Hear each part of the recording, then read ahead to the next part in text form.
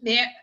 We're gonna open the meeting. Mary, can you read Yes. the statement, Sure. please? In accordance with the provisions of the Open Public Meetings Act, the board secretary has forwarded notice of this meeting for advertising by having the date, time, and place thereof posted in the Secaucus Town Hall on the bulletin board located in the hallway of the Board of Education and Administration Building, as well as notice being provided to the Bergen Record Jersey Journal District website. Thank you. Can you rise to this flag salute, please?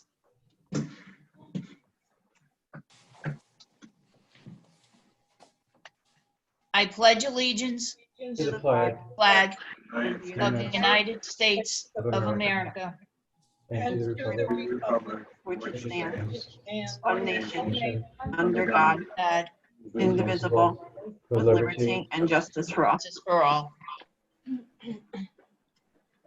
Grace, roll call, please. Mr. Bartletta, Present. Ms. Callie, Present. Ms. Eccles, Here. Ms. McFarland, Here. Mr. McStowe, Yeah. Ms. O'Connell, Here. Mr. Patel, Here. Dr. Strobert. Here.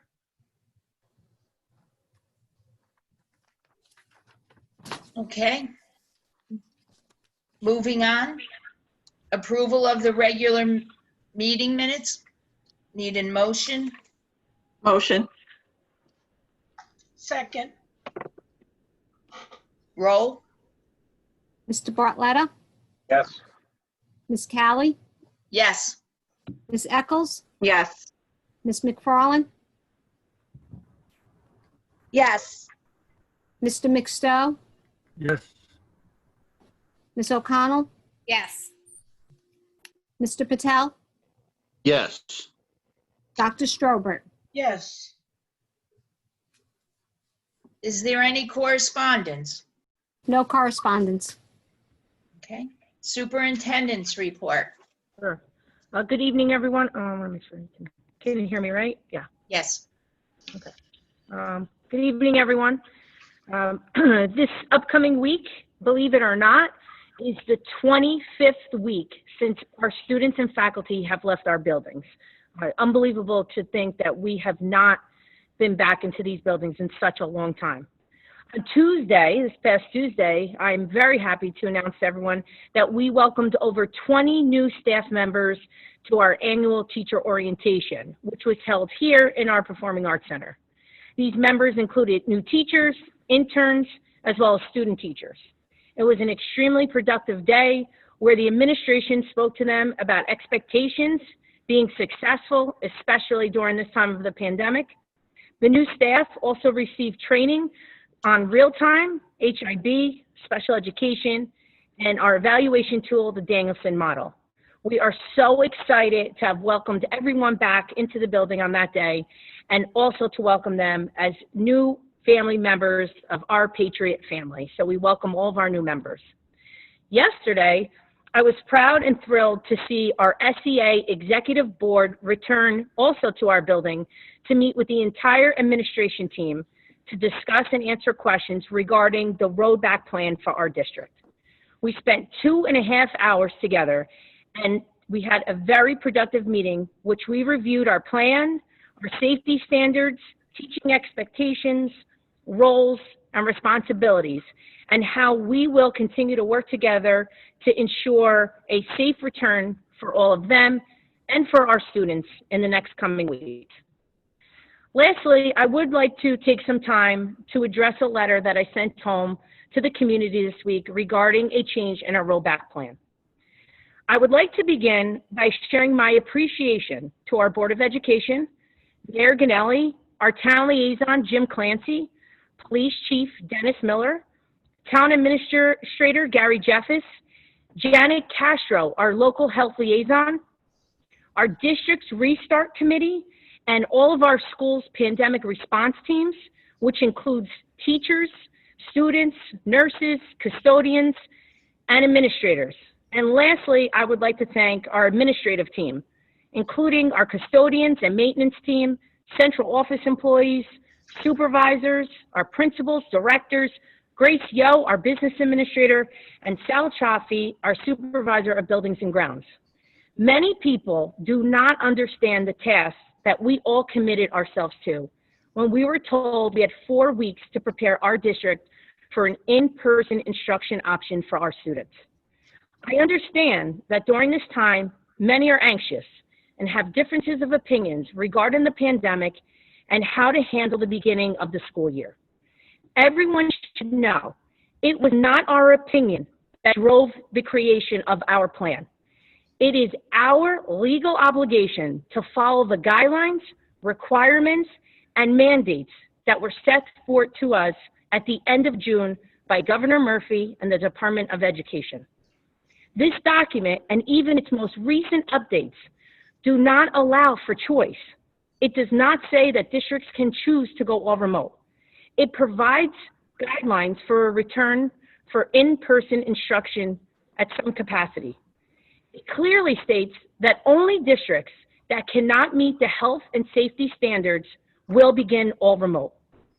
It also states that districts that begin remote instruction must provide the Department of Education with reasons why and its plan and timeline for meeting those guidelines and opening its doors to students if they choose to return. Our district went above and beyond to meet those guidelines and recommendations. Many districts were not able to do so. They did not fulfill the requirements or could not complete the task given to them for many reasons and had no option but to choose to begin remotely. I am extremely proud of this team and what they did to accomplish this goal. Most do not see the actions and the daily meetings and discussions that have taken place at all hours of the day and night in order for us to be where we are today. This massive plan took everyone's hard work and determination. And for that, our community should be proud. And I understand that changes are being made at the last minute. Believe me, I understand. It's frustrating. But this is not a result of poor planning. This is a result of the circumstances that we are given, and we must match our plan accordingly. Our plan is a fluid one. It is reviewed daily. I can promise you that. I would be lying to you if I shared that our plan may not get updated or changed again. As we progress through the next several weeks, we will continue to assess our plan and then look forward to what the next steps are. Finally, we know that many of you have specific questions regarding your child and their day and their programming. Our schools have recently provided letters stating most of the procedural information regarding the individual school's information.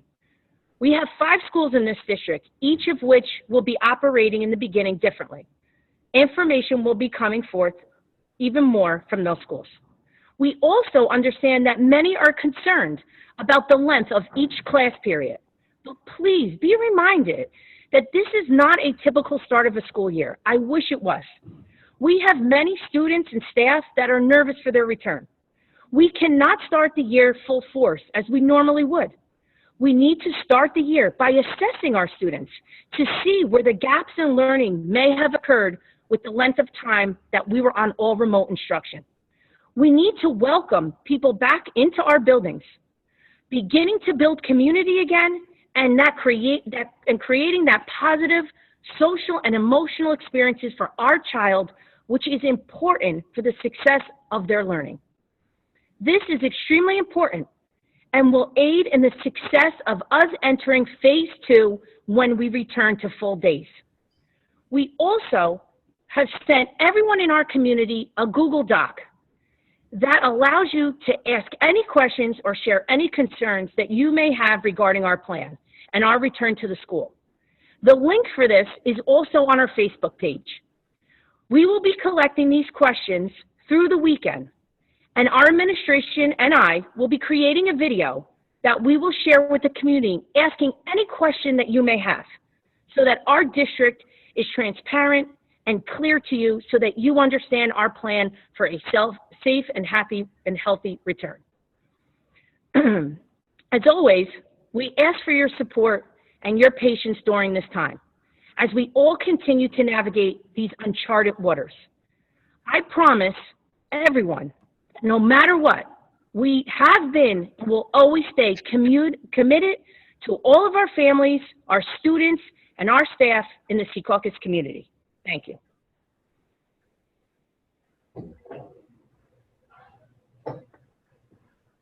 Joan, at this month, there are no HIB investigations. Okay. Business Administrator, Board Secretary report. Yes, I have two things tonight. The first thing is under curriculum. We will be adding resolution R 5.08. It's the approval to revise the Secaucus School District's Road Back to School Plan for the 2021 school year. The other item I would like to address is I would like to send out a great big thank you on behalf of the Board of Education to the Emergency Fund for their donation of masks, 2 reusable masks to all our students, faculty. They will be waiting on the first day of school for everyone. So it was a very substantial donation. And on behalf of the Board of Education, we thank you tremendously for this donation. Thank you. Thank you, Ms. Jo. Dr. Kaiser, is there anybody in the public asking questions regarding the agenda items? Let me just check. Audrey Yule has her hand up.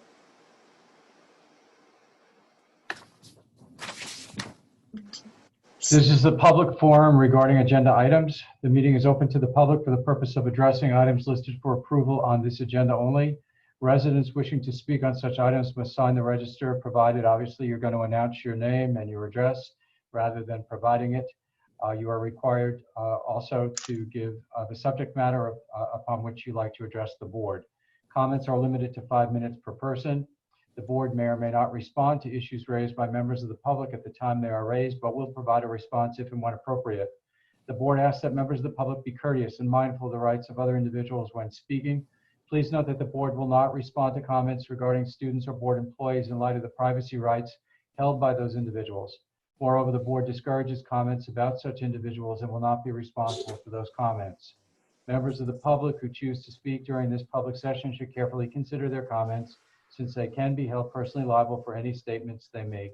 Finally, please note that in accordance with District Policy Number 1100, the board will not officially comment or respond to any matter mentioned unless it can confirm that the matter has been brought to the attention of the appropriate school personnel in an effort to resolve that issue before the board takes up any action. Your cooperation is appreciated. Thank you. Hi, thank you. This is Audrey Ewell, 942 Shotman Drive in Secaucus. My question is for Ms. Montesano. At this point, being about 2.5 weeks away from the start of school, can you guarantee us that there's not going to be a change to the plan where the kids are going to start all virtual? Because obviously we have not much time to continue to change our plans for our children, especially when we work full time. Miss Yu, I completely agree with you. But unfortunately, I cannot guarantee anything. If, as you see on TV every day, what takes place in our state changes and is updated daily. As soon as we receive information and we have to make a change, we did let you know immediately once we decided what was best for our students. I do not foresee that happening soon, but I cannot guarantee you that. I wish I could, but I cannot. Okay, and then just a comment, if possible, for the board. In the future, we have a lot of parents in the district. If we can up our capacity from 100 to a bigger group, which I know is available because I have it for my work, that'll be much appreciated because there's a lot of parents right now that are trying to get in and obviously cannot get in. Thank you. Thank you. Dr. Kaiser, can you filter what the questions are since this portion is to stay on the agenda? Sure. Would you like to have people ask questions via chat and then we can read them out, or would you? So this portion of the meeting should be only for items that are on the agenda. Okay. They'll be public at the end. I can't because I have to monitor the Right, okay. the screen as well. So maybe, Madam President, maybe we can just reaffirm for the public that the comments right now are on agenda items only. And if there are questions about non-agenda items, about any matter concerning the Secaucus School District, those questions may be asked at the conclusion of the public agenda. All right, I will do that. Once again, this portion is to address items on the agenda. If your questions are not related directly to the agenda, at the end, there is a session for public questions for anything in the district.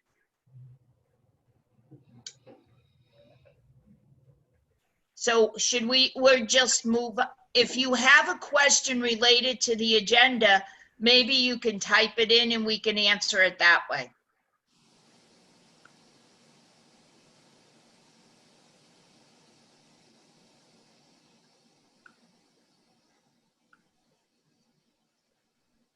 I see none.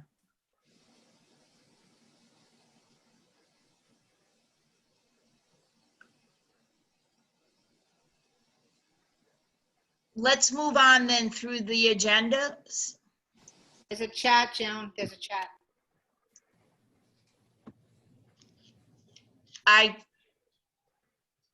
Town halls. Joan, I can answer that. Okay. So yes, we tried to send as much communication as possible. There can never be enough communication. I completely agree with that. The question was parents need more communication where there'll be additional town halls, I think meetings. I'm just going to make that assumption. But what, like I said, what I shared a few minutes ago, is that we're going to provide more time for anyone to put their questions into a document. And actually we're going to make a video next week where we answer all of the questions. And not only we will do that, but we're going to actually in the video show several of our classrooms and take a walk through the schools so that parents can see many of the things that we've done to prepare for student return. But if, people would like to have more meetings or have meetings in small groups with myself, we're always more than happy to do that. Do you want me to keep answering them, Joan, or? Yeah, please, because They're not Here they are. Do it at the end or keep going? they're not agenda questions. Yeah, I think we need to get through the agenda. Yeah, they're not agenda items. Thank you.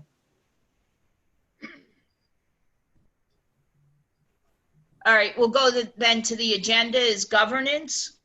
I'd like to accept the recommendation of the superintendent to approve and adopt resolutions R 1.01 through R 1.13 and motion 1.01 as described below for the following. Second. Discussion. Roll. Mr. Bartletta, Yes.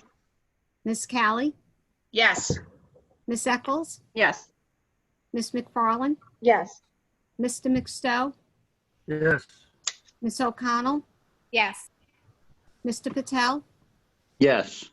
Dr. Strobert. Yes. All right, moving along, policy.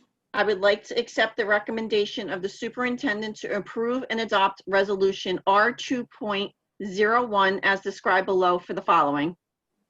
Second. Discussion.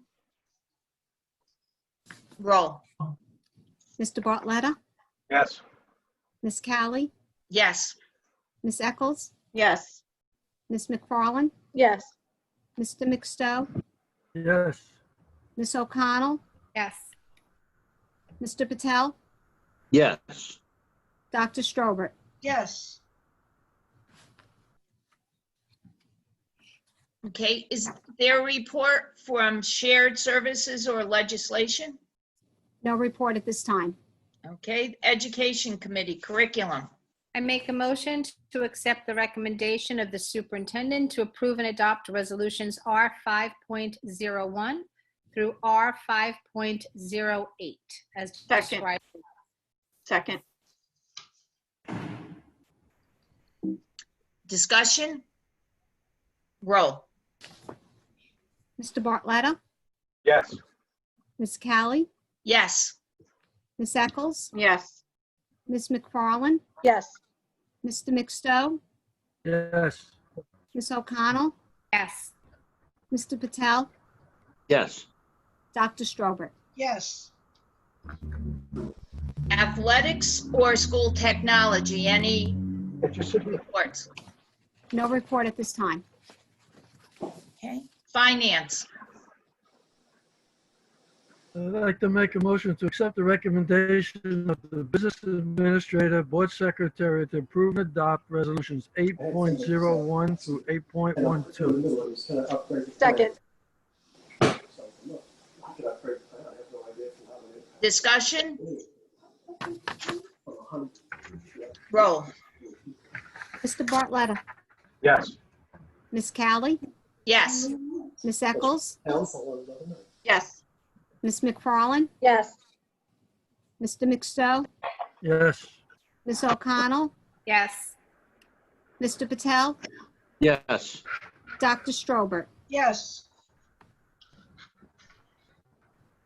Safety, Security, Buildings and Grounds Committee?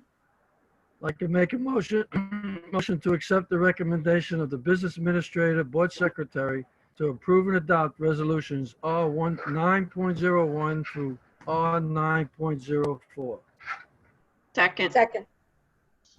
Discussion. Roll. Mr. Bartletta, Yes. Ms. Callie, Yes. Ms. Eccles, Yes. Ms. McFarland, Yes. Mr. McStowe, Yes. Ms. O'Connell, Yes. Mr. Patel, Yes. Dr. Strobert. Yes. Any report from technology? No report at this time. All right, now I see there's several questions. Mr. Fogarty, would you read the statement, please? Certainly. Public forum, this is, the meeting is now open to the public for the purpose of addressing any subject matter that is pertinent to and or directly related to the operation of the Secaucus Public School District. Residents wishing to speak on these items must identify themselves, their names, their addresses, and the subject matter that they wish to speak to the board about. Comments are limited to 5 minutes per person. The board may or may not respond to issues raised by members of the public at the time they are raised, but will provide a response if and when appropriate. The board asks that members of the public be courteous, mindful of the rights of other individuals when speaking. Please note that the board will not respond to comments regarding students or board employees in light of the privacy rights attendant to those individuals. Moreover, the board discourages comments about such individuals will not be responsible for those comments.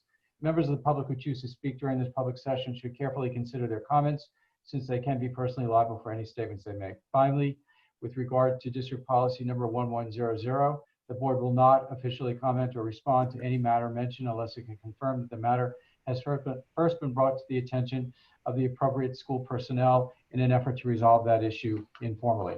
Thank you. Joan, if you don't mind, I'd like to address the questions that are in the chat. I think you're the one most suited to answer them. Okay, so there's a number of questions here in the chat. I'm going to do my best to go through them, so I ask that everyone be patient with me.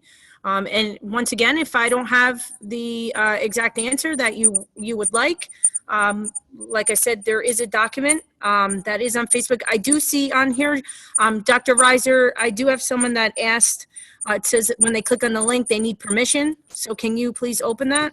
I'm looking at it now. Yeah, I'll fix that. I'm sorry. Okay, so anyone that goes on that, we're taking care of that right now. We apologize for that. So as I look down here, let me just go to the top. So someone asked if a large portion of parents choose remote, will there still be an AB schedule? So this keeps moving, I'm sorry. So yes, there's an AB schedule. There's a reason for that. So most districts that planned have planned in phases. And the hopes is that our phases will move along to the point where we make a full return of everyone to into the building. So we do have to have an A and B schedule until that day does come. Hopefully that will happen sooner than later. And we do have a decent number of students actually making a return. So yes, that will remain.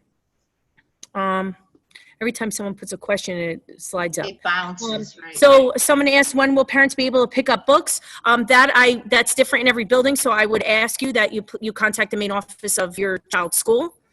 With limited opportunity to share on Facebook, has the district gathered feedback from the community to ensure remote learning is responsive to our student needs? So we're actually, since I've started in this district, we're very big on surveys. Dr. Riser and I send surveys out for everything, for professional development, for parent information, for various things. And we take that data very seriously, and we really analyze it, and we do have it guide our decision making. Just so everybody knows, we sent a number of surveys out to the parents to gather information on their ideas of virtual learning and the hybrid plan. Actually, we had over 1,000 responses. And just so that everybody knows, in those responses, we're actually about at a 60-40 split, with 40% of our students that want to come in to our buildings, which we're very happy about. So, please know that, but we do hand out surveys, and please know that we will continue to hand out surveys as this process goes along. If you have taken a look at our plan, we know that it's long, could be daunting to read. Probably not the most exciting read either, but it's long because it's comprehensive. And we wanted to ensure that we reviewed all the guidelines. We wanted to make sure our plan was clear and detailed. So if you take a look at that plan, it may answer a lot of your questions. Of course, there's specifics regarding your child, but of course we use surveys, and we will continue to do so as we move along. Please also know that each school has a pandemic response team that also has parents on that. And we can send information home that's gathered, and then that can be presented at those meetings. And then we actually have a district committee where we talk about what took place at the schools committee, and then we use all of that information as well to guide our decisions. So, we like to do this for everything, but we really value everyone's input, and we know that we can't make everyone happy, and this is a tough situation for everyone. It's not easy. There are various opinions and thoughts. So like I said, we gathered our information, we looked at the guidelines, we saw as we went through what we could meet, and we were very successful in doing that. And so this is how our plan has developed. So that's where we are. I'm sorry, some of these are a little long, and it keeps sliding up and down. Okay, so I have this question here. It says, pertaining to virtual learning, will teachers and students be in the virtual classroom throughout the day, or will it be like last year where assignments are given? Will virtual learning be half days as well, or will they be full days every day? So our virtual experience is probably one of the best. I'm very proud to say that, in not only our county, but in the state. We were actually acknowledged for having such a wonderful distant learning program in the spring. But of course, that was a great Band-Aid, not something that we feel will be acceptable to start this year off. So we will be having a 4-hour day. That's going to look different in each school. Like I said, further specific information for your child's school will come from those buildings. But they will have 4-hour sessions. And then in the afternoon, your child will have opportunity, regardless of their grade, to have contact with their teacher if they need help, if they need a reinforcement, if they need to have a discussion. That's what that time will be. So please know that our students are expected to log in as if they're going to school. So if you're a high school student, you will have your first period class at 7:40. So this is very different than the spring. Their expectations are very high. And just to give a little idea as to what these classes will look like, whether a child is sitting in the classroom or whether a child is sitting at home in front of their computer, they should have a similar experience. Our teachers have been doing a phenomenal job with Google Meet. Many of them already use Annotate, but we're going to do training as well in Annotate. That allows our teachers to teach their class, like I said, to the students in front of them, and at the same time, the students that are at home.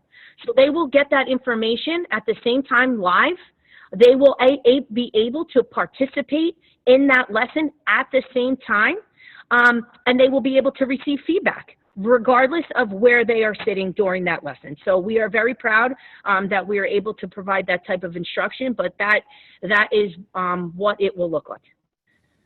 Let me just scroll up.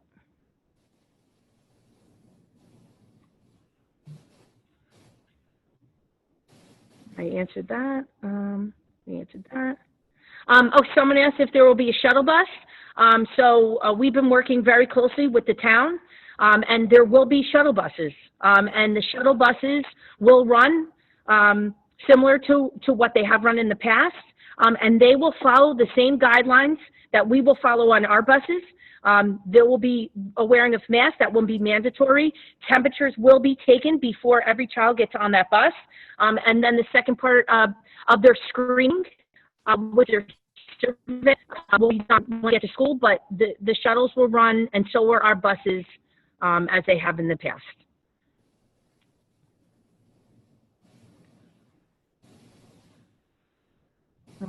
We talked about that. Okay, so someone asked why the in-person day was shortened from a full day. And, you know, we were very excited to offer the full day. But it did present some concerns for all of us. And the main one really was lunch. You know, to have students eat in the school and be in a space where they have to take their mask down for an extended period of time was a great concern of ours. And we felt like we needed to ease into that before we kept that full day. The other, and this is to me, was a huge reason that guided us to make this change, was that originally, if you all recall, the original plan did not have wearing masks mandatory all day for our students. Not that any of us would want to not be social distance and wear masks, but the idea originally was that our staff and our students would come into a classroom, they would be appropriately socially distant, and then once they sat down, they would be able to take a mask break, we call it, and slide their mask down. When the governor changed his ruling and stated that no one can take their mask down, and he also specifically stated that there would be no mask breaks regardless. The only time that a staff or student could take down their mask during a school day would be in physical education, when they are outside exercising and to ensure they're also socially distant, or when they were eating, or if a student had a medical condition that required them to remove that mask.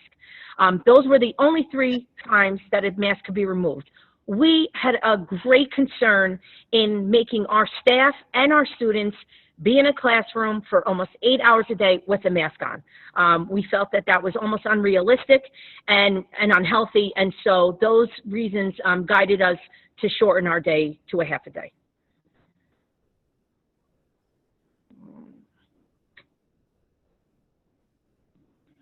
So someone asked here, how will a 4-hour day address learning gaps?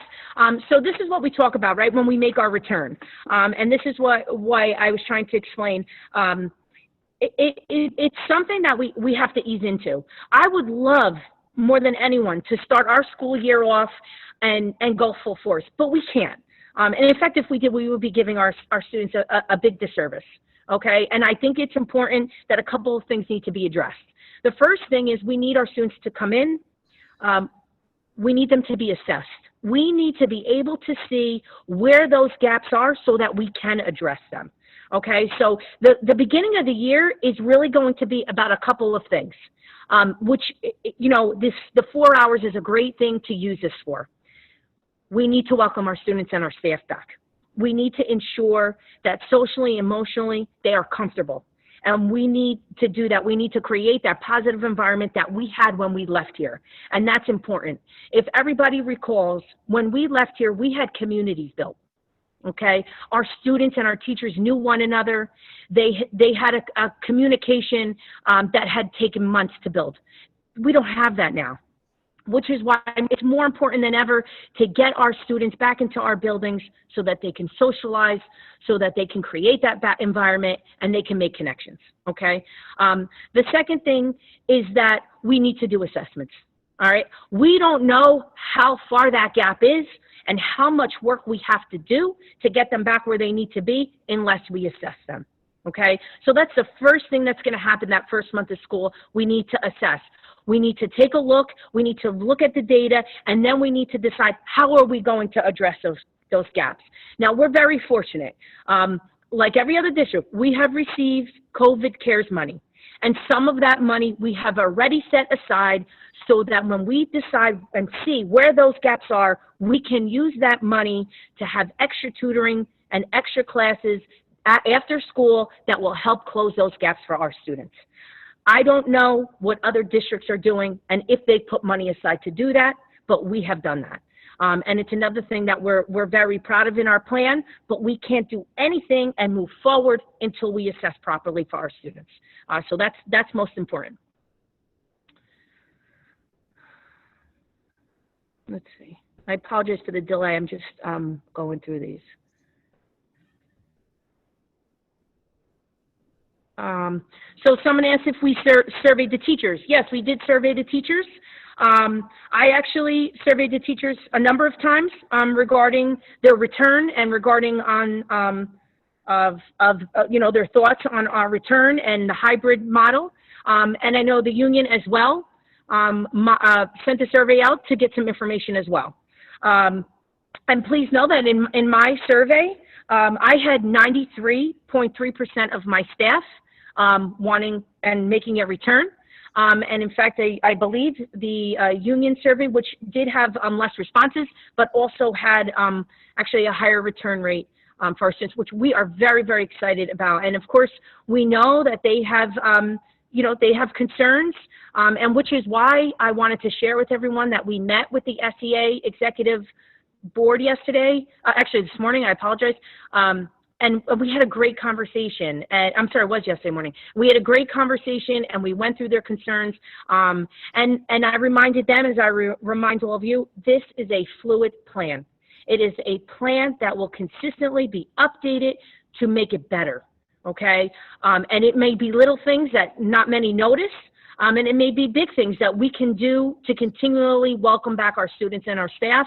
But the goal is right at the end of full return. So we do have to start somewhere. So we are confident in our return to begin that process. We have to begin it somewhere. And so yes, these surveys did go as well to staff.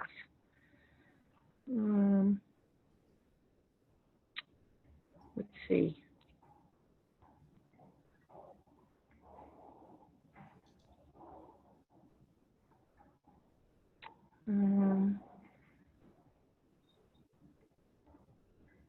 Someone asked, will students who go into school be taught via Chromebooks only? And will remote learning have a live teaching experience pre-record lesson? I did explain that before. There's going to be, it's going to be a live synchronous lesson. Our students, and another thing that I would love to announce to everyone, that this year, and I'm beginning my 4th year in this district. And when I came, we hadn't even discussed a one-to-one program. And so, I'm very proud of this administration that I put them up to the challenge to get a one-to-one going. And I will tell you, boy, did it come in handy in March. And it really was successful. And in March, we were full force, a 6 through 12 one-to-one, which we are extremely proud of. And I would like to announce that this September, we will be a grade 3 through 12 one-to-one. So all of our students, grades 3 through 12, will have their own Chromebook that they will keep home with them and bring to school if and when they come in. Our younger ones, our K to 2, when they come into the building, they will have their allotted Chromebook for them on their desk. We are not sending them home with them, mainly due to age. So those Chromebooks will be on their desk for use. So if, for example, I'm in the A cohort, and I'm in 2nd grade, when I come into the classroom, I will have my Chromebook ready for me to go. I will work on it as need be. Everything will not be on the Chromebook, but a lot will, because we do have a virtual component. Please remember that. So we do have to have the tool for that. At the end of the day, I will shut my Chromebook. and I will leave. I will do the same thing the next day. When Wednesday comes, these Chromebooks for K-2, which will be used, will be completely sanitized and disinfected and be prepared for the students who are coming in the cohort B. Okay, so, and no other child will use that Chromebook but on that desk. So we are very proud and are able to have a successful plan like this because of our one-to-one program.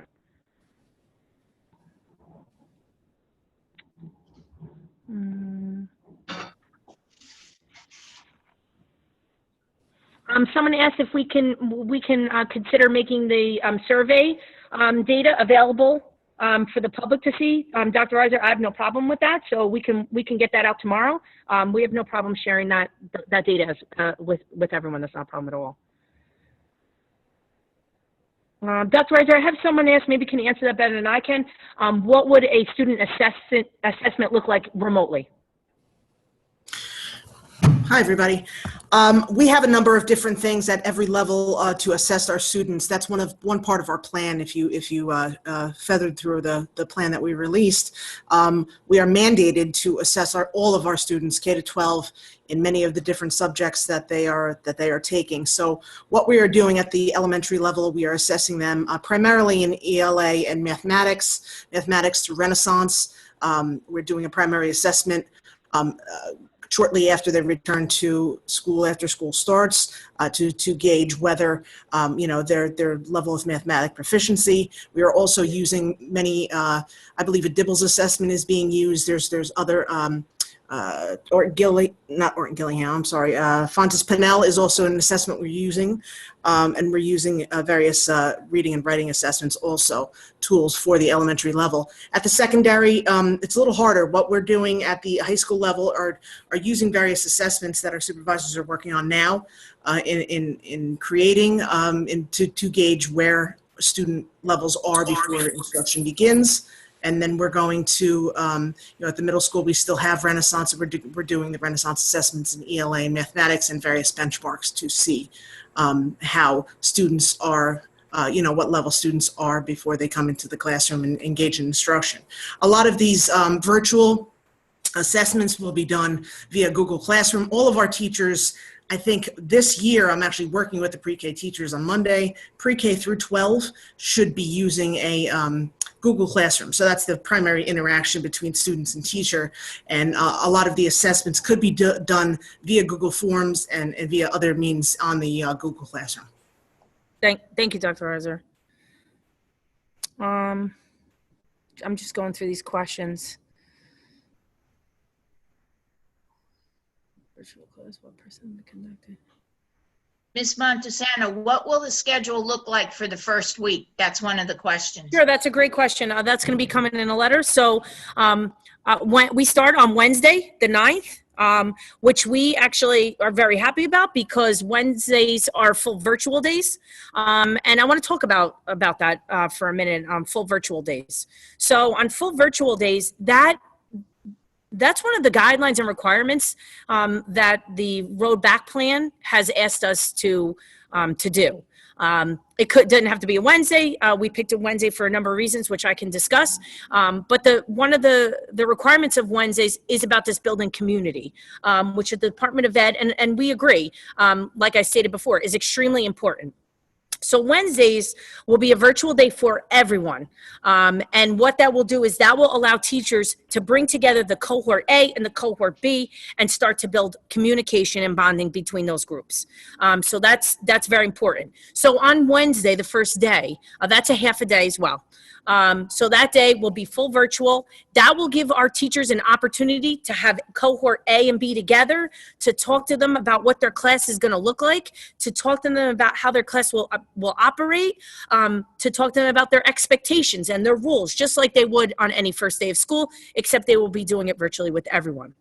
To start fairly and give everyone the opportunity to come in on the Thursday half day that week, which is the 10th. That will be for the A cohort to come in. We will welcome them. And on Friday, we will welcome the B cohort. That will only be the first week of school. And this moving to the next week, we will start our AA Monday and Tuesday, a virtual on Wednesday, and then the Thursday, Friday would be the B group. So just that first week because of how we have the beginning with the half days. So that's what that will look like. And please also know, one of the other reasons why we wanted the virtual day to be on a Wednesday is because that's a break between the two groups. And that will provide our maintenance team as the weeks go on to really take the time to do a full deep cleansing of the buildings and a disinfecting to welcome the next group back. Also, it is known, and maybe not known, suggested that someone who does show symptoms of COVID-19 typically shows them by day 5. So if a cohort A comes in, when they leave, there's actually 5 days in between to when they return. So we're hoping that was just another precautionary measure that we put in place, that if someone should show signs or symptoms of COVID-19, that we would be able to stop them from coming in before they came in on that next day with signs or symptoms are possible. So that was another reason why we had chose the Wednesday.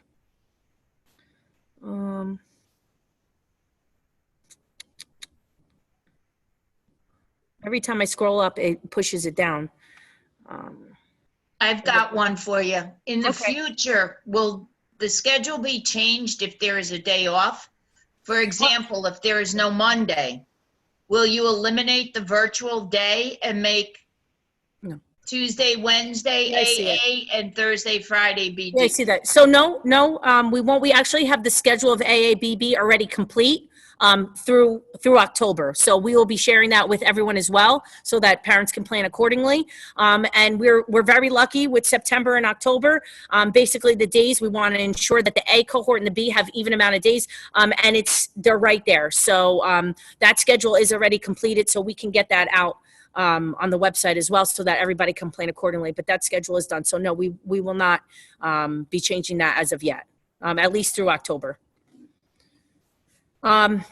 This here says will there be training for substitute teachers? Yeah, absolutely. We want to do as much training as we can.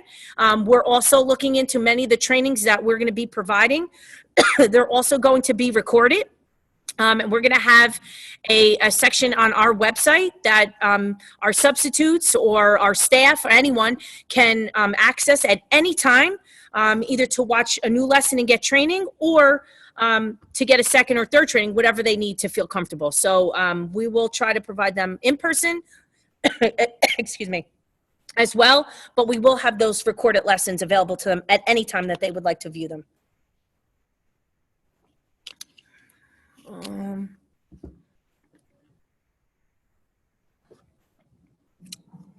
Let's see. Okay, so, we were just talking about this before. How do we handle a child who is sick, and how that, how will they come back to school and what that will look like? So I just want to talk a little bit about the process. So all staff and students have to go through a 3-system check. We have to ensure that they have proper face masks. And as Ms. Yo graciously shared before, that the emergency fund, which we're so thankful for all their support and help, is providing all of our staff and students with reusable masks. So everyone will get those. But if it happens, right, sometimes a younger student may forget their mask. We have plenty of PPE. I have Mr. Chiaffi to thank for that, because he planned months ahead. So we have plenty of PPE for all of our students and our staff. We also have options for them as well. So we are very happy to have that to offer. But we will check to ensure that someone has the proper face mask on. A temperature will be taken, and then a questionnaire will be filled out. And that questionnaire, which I have to brag about for a second, was developed by our own tech team, and it's all virtual. So a parent would have access anytime after 4 o'clock in the morning, and they would fill out the form to ensure that their child does not show any type of symptoms. And once the form is completed, it will show a green bar that they can access the school and they can come in, or it may show a red bar saying that they cannot come in. Same goes for quarantine, and that was getting to that question. If a student or staff member travels to a state that is on the quarantine list, they will have to quarantine for 14 days. okay? At this point, we're not requiring a test to come back to the district. There's a number of reasons. The main reason is that you may be someone that tests negative today and positive tomorrow. So we will require, if a student is sick, that they see a doctor. If they're showing signs and symptoms of COVID, they will go to their doctor, and we are not medical experts. Their doctor will instruct them if they need to get a COVID test or not. They cannot come back in this district without a doctor's recommendation and allowance to come back into this district and have not had any symptoms. So please understand that that's how our students will work. And if any symptoms are shown in this survey, they will not be allowed in. Same thing goes with it for temperature.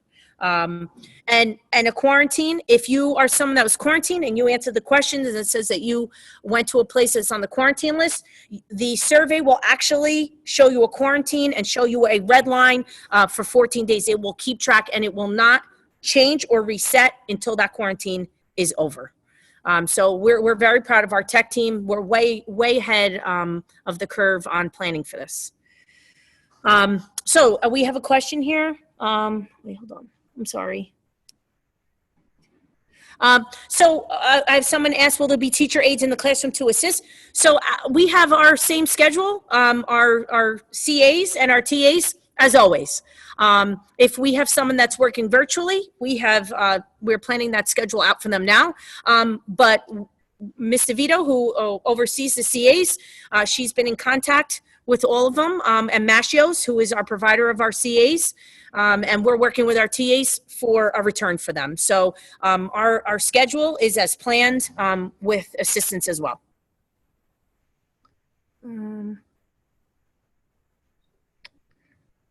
Let's see. I don't see any more. I do have Hey, someone here. Jen, I got, somebody asked about Chromebooks for first and second graders on virtual Wednesday. Yes, Lance, that's just what I was going to answer. I saw someone ask about having a Chromebook. So please know that if you are in pre-K, you have a child in pre-K, first grade, kindergarten, first grade, and second grade, if you have a child in those grades and they do not have access to the internet or they need a device, please contact us. You could contact the main office of your school, or you could contact Dr. Jerry Kaiser, who is head of our technology, and we will ensure that you have internet access and you have a device for your child at home. Just please contact us. Jen, there's someone asking if we're guaranteeing that it's going to be a full day after October 31st, even if we go remote. Yeah. So phase 2, which we are going to start looking at right when October begins. We're just going to start looking at our data as we've done all summer. We're going to look at the trends of what is happening. We're going to look at the guidance from the Department of Education, and then together with our pandemic response teams, with our surveys to all of the parents, to our staff, and our district restart committee, we are all going to work together to decide what is the best next step. Now, please know, the next best step could be remaining the same. Okay. Unfortunately, it could be maybe pulling the reins back. It could. But hopefully what we're all hopeful for is that we can go to phase 2, and that would be full day. But I cannot guarantee that because if you see the rate of transmission changes daily, I mean, we're very fortunate right now. Yesterday was at 0.83. Let's hope that trend continues to get lower every day, but we don't know if a spike is going to happen. So we can't make any promises or guarantees. But I will tell you, regardless of which way we have to go, we are fully prepared to do so in any manner. I have another one for you. If a child does not go to school because of a headache or something non-COVID related, can they log in and do virtual for that day? Absolutely. Absolutely. Yep. So, and just to explain to parents, so if you are someone who has a child that's in the hybrid, okay, and you feel it's not best for them, or you change your mind and you want them to stay virtual, they absolutely can go virtual at any time. That is not an issue for a student to go virtual. What we cannot do is we cannot have students come in the middle of this plan. So what would happen is in 4 weeks from now, once school starts, we will send a survey and we will get in touch with any parent who has a student who is virtual and ask them if they choose to have their child remain virtual or if they plan to have their child come into hybrid. And then we would have 2 weeks to prepare that student for the transition back in if the parent chooses so to send them back.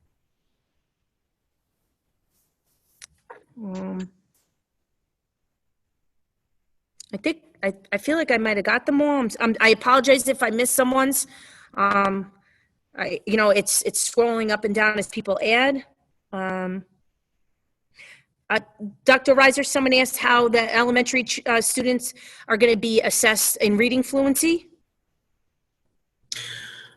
We can do Google Meet, Fontes and Pinnell assessments. We could do obviously in-person Fontes and Pinnell assessments. At the early elementary level, we are looking into getting teachers different masks so they could teach phonics, where the kids could see what they're saying through the clear masks and stuff like that. So we're trying to do all we can to have these assessments be worthwhile.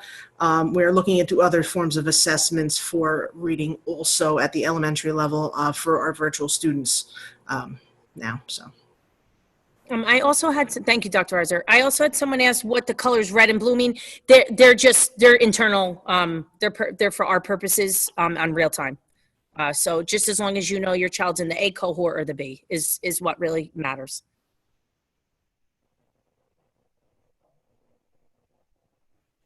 And once again, please know, we understand that 4 hours is not ideal. We understand that. That's not something I think anybody disagrees on, but please know that we are able and we are willing to do our best to provide an in-person experience. And like I said this a little before when I gave a statement, it's our legal obligation. It's our legal obligation to this entire community, to your children, to make this available to them. If you are a parent that is uncomfortable with that, that's absolutely fine. We are prepared, and the staff that we have is excellent. Our teachers are the best. And we will do whatever we can to support them so that they can support your children. But we will do whatever we can to welcome these students back into our building, little at a time. But for their mental well-being and for their social emotional learning, this is very important. It's very important. And it's important for us to get back in some capacity and start assessing them. And that's why they call it the road back, right? I had said this a while ago. The road back means the road back to where we were, right? I mean, ideally, we want to be where we were. And it's going to take a while, but we have to start somewhere. And this is the way to start. And we hope that it continues that way. And listen, we can do this. I tell everybody, I'm very honest. We can do this for a little while, and we might hit a snag. We might hit a positive COVID test, and we may have to quarantine, or we may have to go virtual because of a situation. We're prepared for that. And hopefully that does not happen. But we have to be prepared, and we do have to be realistic if that should have to happen. But our teachers and our administration and our maintenance and custodial staff are prepared for that to happen. And we will adjust accordingly. That's what we do here in Sea Caucus. That's what we do. We do have one hand raised. Okay. I'm just going to call them in a second here. And Jerry, if I could say while you're doing that, if any parent is on or you talk to someone else and you have questions, I urge you to fill the document out so that, because you may have the same question that someone else has. And I want to answer it for everyone. So if you please could fill that document out, we will do our best to answer it. We're really planning on a nice little video to show everyone and to answer your questions. So please, that's important for us so that we can help everyone. Thank you, Jerry. Jen, right, well, there's one question that needs to be answered about uniforms. Sure. There's actually two of them about the same thing. Okay, I could talk about uniforms. So our uniforms our policy on uniforms is remaining. If our students walk into this building, they're expected to have on the uniform. Now, that being said, we did loosen the choices for the uniform a little bit, but only through our school store. So because we're not changing for phys ed, we understand that sometimes things aren't comfortable. So we have school spirit wear that has been approved that you can buy through the school store that is appropriate to wear in the building every day. Now, if you are a student that is at home virtually, I would like nothing more for that child to have on their school uniform and have their Sea Caucus and be proud to have that shirt on. But we understand that may not be possible. So although we encourage all students to have that uniform on at home, what we do mandate from our students is that they look presentable. They are being in a class in front of their teachers and their peers, and so we expect everyone to dress appropriately. So I have a Ruby Kish with her hand up. Perhaps she's been waiting for quite a while. Perhaps I could let her come on. Sure. So if you'd unmute yourself. Yeah, hello, can you hear me? Yes. Okay, hi, this is Ruby Kish. I'm at 41 Creekside Court, just following the rules there. And I just had a question about why we are doing half day for virtual. I understand going half day for the in-person, but why can't the in-person kids come home and then log on and continue the day virtually? I understand that the explanation was you want to ease them in and kind of build that community. It shouldn't take 2 months to do that. And then the other explanation was, well, you need to assess them. The assessment seems to me that you would definitely want the full day because you want to build in extra time to assess, not to mention we have to catch up from all the time that we missed doing virtual in the spring, which obviously wasn't ideal. So my question is, why can't we have a full day virtual? Okay, that's not a problem. You know, we did discuss that option. But we do have everyone, including your child and our teachers, need to have a lunch. That brings us to about an hour and a half or so, depending on the school at the end of the day. And we also, at the same time, wanted to provide our teachers and our students to have time with our teachers to ask questions and to meet virtually, even if it's an A or a B, so that they can review anything that took place that morning, whether they were in person or they're not. So we didn't want, say, on a Monday, if we had a student who was virtual, or someone who was in the B, to have to wait till Wednesday to meet with the A and the B group to get some extra help. So that's why we felt it was best that gives that opportunity for our teachers to work with all of their students after school or that afternoon with any topic that they may need to reinforce what was taught in that morning.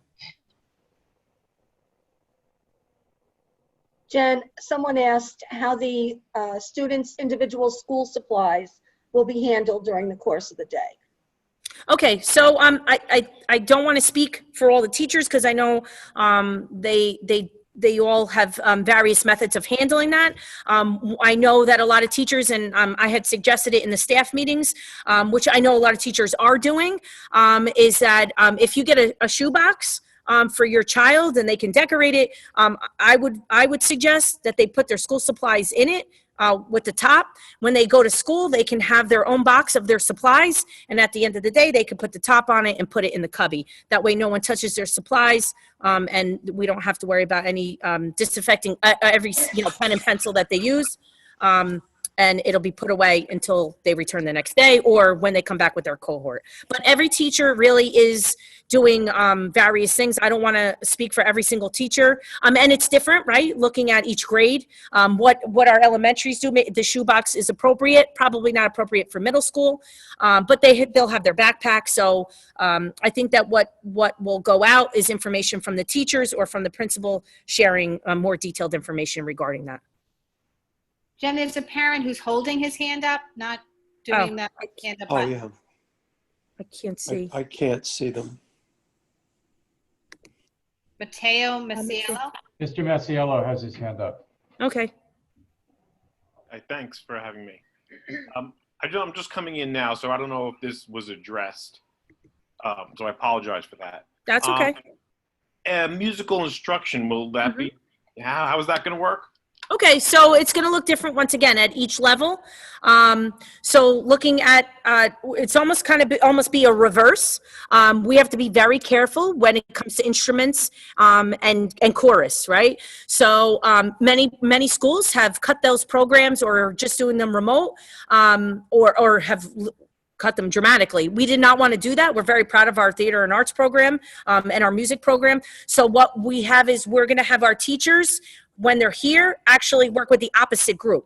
So I'll give you an example. If I am a band teacher, I come in in my classroom, and the A group is in the building. I'm actually be working with lessons with my virtual group, so that we can do that one. So I can pull students one-on-one instead of pulling them, right? Because we don't want them to be leaving that classroom any more than they would have to leave.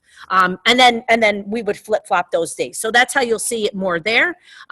It's going to be similar in the elementary school, except for our specialists in the elementary school, and not only music, but our art, they'll be going into the classroom, so it will stop a lot of the movement in the building. But we've made a commitment to all of our specials and all of our subject areas to provide that experience for our students. Thank you. No problem. And somebody asked about if somebody tests positive in the class. Sure. So, you know, like I said before, we hope that doesn't happen. And we were very fortunate. Our recreation program did a phenomenal job with our summer camp this year, and they had a wonderful experience. We're hoping that we have the same, but it's definitely a possibility. So if there is one case, a positive case that comes up, we will be working hand in hand with our local health department to handle how to address that situation appropriately. Please know that Mr. Salciafi and myself and one of our nurses, Kathy Gervasio, will be certified as contact tracers. We are taking the full course on that. So we will work hand in hand with the local health department to look at that scenario. Every scenario is different. For example, is it one of our students? Is it a teacher? Did they come into the building? Were they in one classroom? Were they in 5 classrooms? I mean, the amount of exposure will really determine on how it's handled and who has to quarantine. All right, so we would work hand in hand with them to determine that scenario. If we receive 2 positive cases, we all have to quarantine for 2 weeks. So let's not hope that happens, but we are prepared and we are trained to handle those situations. And it's all per the CDC guidelines that we're following. We have another raised hand. It's Nancy Lynch. Okay. Hi, Nancy. Nancy, if you'd unmute yourself. Can you hear me? Yes. Yeah. Okay. Good evening. How's everybody? Great, Nancy. As president of the Secaucus Education Association, I've received many questions and concerns from our members. While we all agree that in-person learning is the gold standard, there's so much that is unknown about this virus. The vast majority of all of the schools in Hudson County are beginning the year virtually, and the majority of my membership believe this is the safest option for the students, staff, and teachers. While we're venturing into the unknown, we would like to continue our cooperating efforts and dialogue to deal with these unprecedented times. Thank you.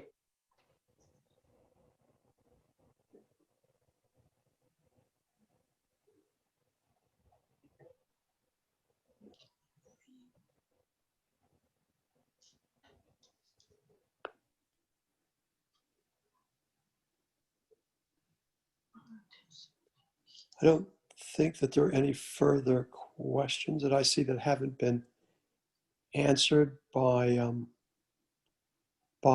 someone, and I don't see any raised hands at the moment either. And Jerry, if I could just once again tell everyone, we appreciate the questions. We've been working on this tirelessly all summer, and every day little things come up that that we address, and we will continue to do so. But we really that Q&A is really important for people to fill out. Even if there's a question I answered, if you want more of an explanation, put it on there, and we could talk about it more. But we will be having follow-up meetings. We welcome conversation, and I think we do. As Nancy said, right, in-person instruction is the gold standard, and we are very fortunate. We at this point are able to meet that standard, to start that, and we're going to do everything we can to keep everyone and keep the students safe, the staff safe. and provide the best instruction that our teachers can, which is always phenomenal. Jen, the only question I see that I don't think we answered, we may have, they're asking that if their child is an A student who goes in on Monday and Tuesday, what do they do on Thursday and Friday? Do they go all 5 days? And you can. Yeah, they were asking, sorry, I can answer that, Jen, if that's okay. Okay. It was a virtual question, if a virtual A or virtual B. We have to code a student in a cohort, either virtual or in person as A or B. Okay, so what happens with a virtual A is they're virtually Monday, Tuesday, everybody's virtually Wednesday, they're also virtually Thursday and Friday. So they can basically just follow virtually their classes 5 days a week. That's it. Yeah. And the reason that they have to be coded is because when and if they're ready to make that return, we have a spot for them.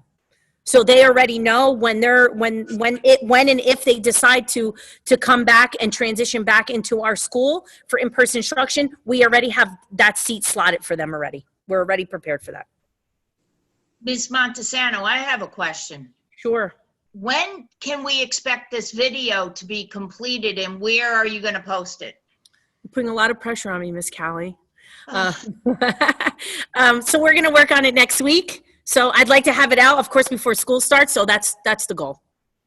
All right. And where are you going to put it? On our website? Well, we're gonna put it everywhere. If I could get it on NBC, I will. We're gonna have it everywhere. But this way, I want to encourage parents to keep their questions coming through the Google Doc, and this way, hopefully, the answers will be more complete if you aren't satisfied yet. Sure. And we can get the message out there that we are all about keeping your children safe, educated, and healthy. Dr. Riser, had someone ask where they can fill the form out again.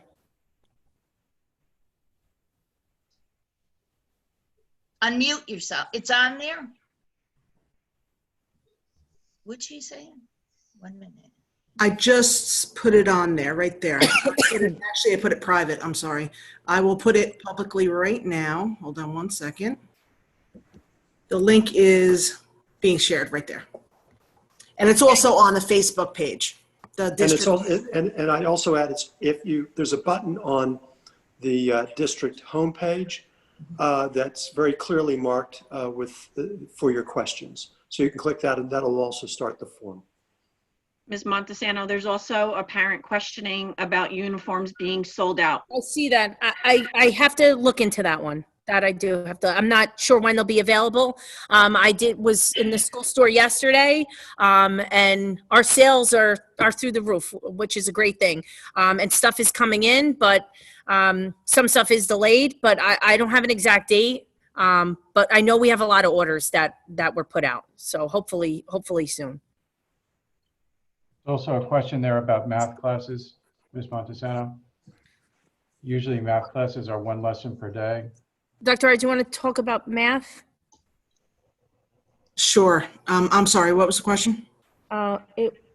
Usually math classes are 1 lesson. Will this be adjusted with the 4-hour day? Yes, it's going to be adjusted. I can't tell you exactly how a math class is going to, at various levels is going to run, but we have to adjust accordingly for the time being just because of the schedule. It's something that maybe, we could fold something into maybe the virtual afternoon, half a lesson in the morning and in the afternoon. We'll see what we can do, but right now our hands are tied on how much time we could devote to that.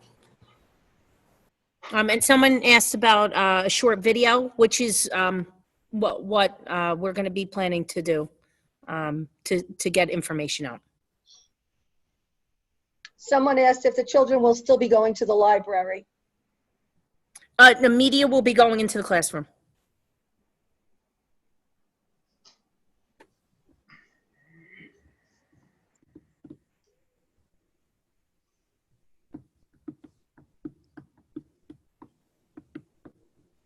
Study hall. Are we having study halls? We are. Dr. Riser, I don't know if you want to talk to study halls. Some study halls are folded into students' schedules, and they will be appropriately socially distanced and in large areas. So it'll be a study period. And there will be a teacher there, correct? Yes, of course, yes. Someone also asked about breakfast. All of our students will have the option of receiving breakfast and/or lunch. The lunch, of course, will not be eaten in school. That option, if you choose for your child to get lunch, we will have grab and goes. Correct me if I'm wrong, Ms. Yo, similar to how we did it in the summer. So they will be a boxed lunch, right, that they can take with them on the way out. Our breakfast is something that we of course have to offer students, and we're more than happy to do that. Students will not be eating in the classrooms. We do not want any student to be in a classroom at any time eating with their mask down. We will have appropriate places for students to either come in a few minutes early or before they go to class to eat a quick breakfast. If they don't finish, they can take it with them, but we will have that opportunity, but there will be no food in the classrooms.